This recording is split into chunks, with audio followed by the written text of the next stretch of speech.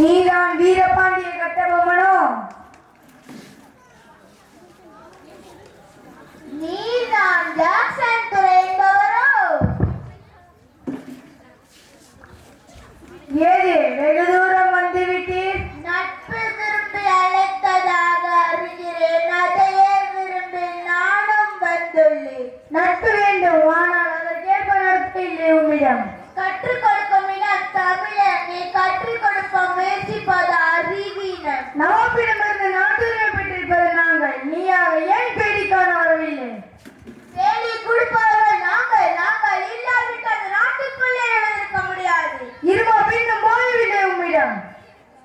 எல்லாம் உடன் பிறந்தவை ஒழியாது. உன் மீது குற்றம் சுமத்துகிறேன். என்னவென்று? எடுத்துரைத்தால் கணக்கில் அடங்காது.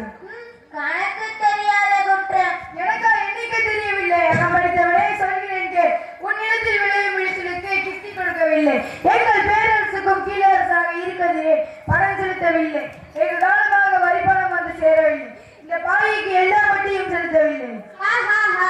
கிஸ்தி, திரை, வரி, வட்டி. பானம் படுகிறது, பூமி விழுகிறது. உனக்கே கொடுக்க வேண்டும் கிஸ்தி. எங்களோட வயலுக்கு வந்தாயா? ஏற்றம் ஏத்தாயா? நீர் பாய்ச்சி நிறைய கண்டாயா? நாற்று நட்டாயா? களை பறித்தாயா? கழிவர்களுக்கு கண்ணீர் களைவு சுமந்தாயா? அங்கு கொஞ்சம் விளையாட குழப்பங்களுக்கு மஞ்சள் அரைத்து பணி புரிந்தாயா? மாமனா மச்சானா? மானம் கெட்டவன் ஏற்றி கேட்கிறாய் திரை. யாரை கேட்கிறாய் வரி? போரெடுத்து குவிக்கும் மேலை நாட்டு மலர் கூட்டு பழனீர் உடலையும் போரெடுத்து நெற்குவித்தொடும் தாக்கியது. அது யாரு முத்திரையிட்டு உன்னை கையோடு அழைத்து ஒரு ஆள் அனுப்பினேன். அப்படியா?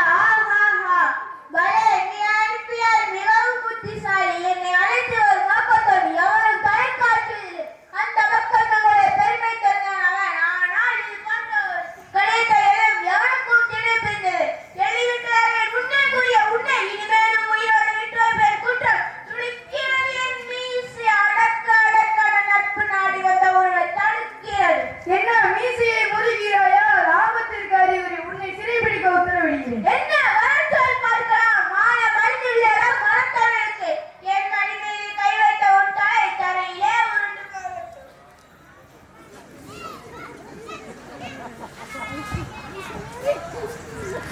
அற்புதம்! அப்படியே மெய் செலுத்து போய்விட்டோம். 2.25 ஆண்டுகளுக்கு முன்னால் நடந்த அந்த பாஞ்சாலங்குறிச்சி போர்க்களத்திற்கே எங்களை அழைத்து சென்று விட்டீர்கள்.